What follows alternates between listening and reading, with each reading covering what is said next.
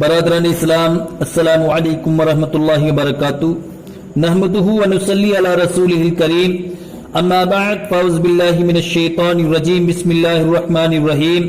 میری ملت کے نوجوانوں، آئیے سب سے پہلے پرت عقیدت اور جوش محبت کے ساتھ سرکار ذی وقار احمد مختار شفیع روز شمار کے دربار گھور بار میں عقیدت اور محبت کے ساتھ درود شریف کا نذرانہ پیش کریں۔ پڑھیں بابا زی بلند اللہ رب محمد صلی اللہ علیہ وسلم نحن عباد محمد صلی اللہ علیہ وسلم صلاۃ و سلام علیک یا رسول اللہ صلی اللہ تعالی علیہ وسلم۔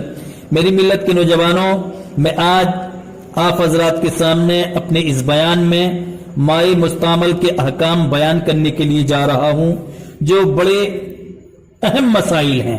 بہت غور سے سنیں اور غور سے سننے کے بعد اس پر عمل کی پوری کوشش کریں۔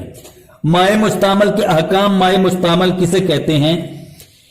ماء ان کے معنی پانی کے آتے ہیں اور مستعمل کے معنی استعمال کیا ہوا، یوز کیا ہوا پانی۔ تو اب مائع مستعمل یعنی استعمال کیا ہوا، یوز کیا ہوا پانی، اس کے احکام کیا ہیں، اس کا حکم کیا ہے، وہ سن لیجئے۔ جو پانی وضو یا غسل کرنے میں بدن سے گرا وہ پاک ہے، یعنی آپ نے وضو کیا یا غسل کیا اور وہ پانی جسم سے گرا آپ کے تو وہ پاک ہے، مگر اس سے وضو اور غسل جائز نہیں۔ اگر کوئی دوسرا آدمی اس پانی سے وضو یا غسل کرنا چاہے تو یہ جائز نہیں ہے، یہ حکم ہے۔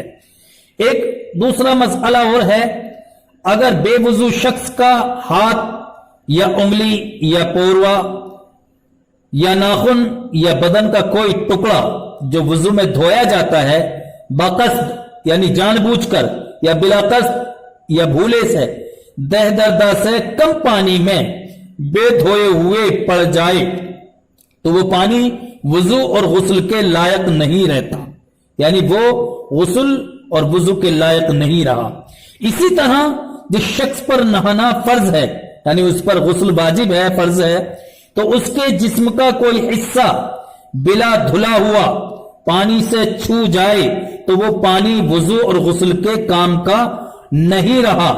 اگر دھلا ہوا ہاتھ یا بدن کا کوئی حصہ پڑ جائے تو حرج نہیں، یعنی اگر اس پر غسل کرنا فرض ہے اور پہلے وہ ہاتھ کو اچھی طرح دھو لے 2-3 مرتبہ اور اس کے بعد وہ ہاتھ اس پانی میں اگر پڑ گیا، جان بوجھ کے ہو یا دھوکے سے ہو، تب وہ پانی وضو اور غسل کے لائق رہے گا۔ اس پانی میں جسم کا کوئی حصہ اس طرح پڑ گیا جو دھلا ہوا ہے، پہلے سے دھو لیا ہے اچھے طریقے سے، تو اس میں کوئی حرج نہیں۔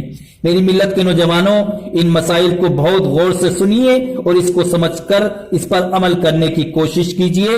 اور میری ایک بات بہت غور سے سن لیجئے، اگر آپ کے ذہن میں کوئی مسئلہ ہو تو آپ کمنٹ کر کے پوچھ سکتے ہیں، آپ کو اس کا جواب دیا جائے گا۔ استغفر اللہ ربی من کل ذنب و خطیئۃ و اتوب الیہ وما علینا الا البلاغ المبین۔ السلام علیکم۔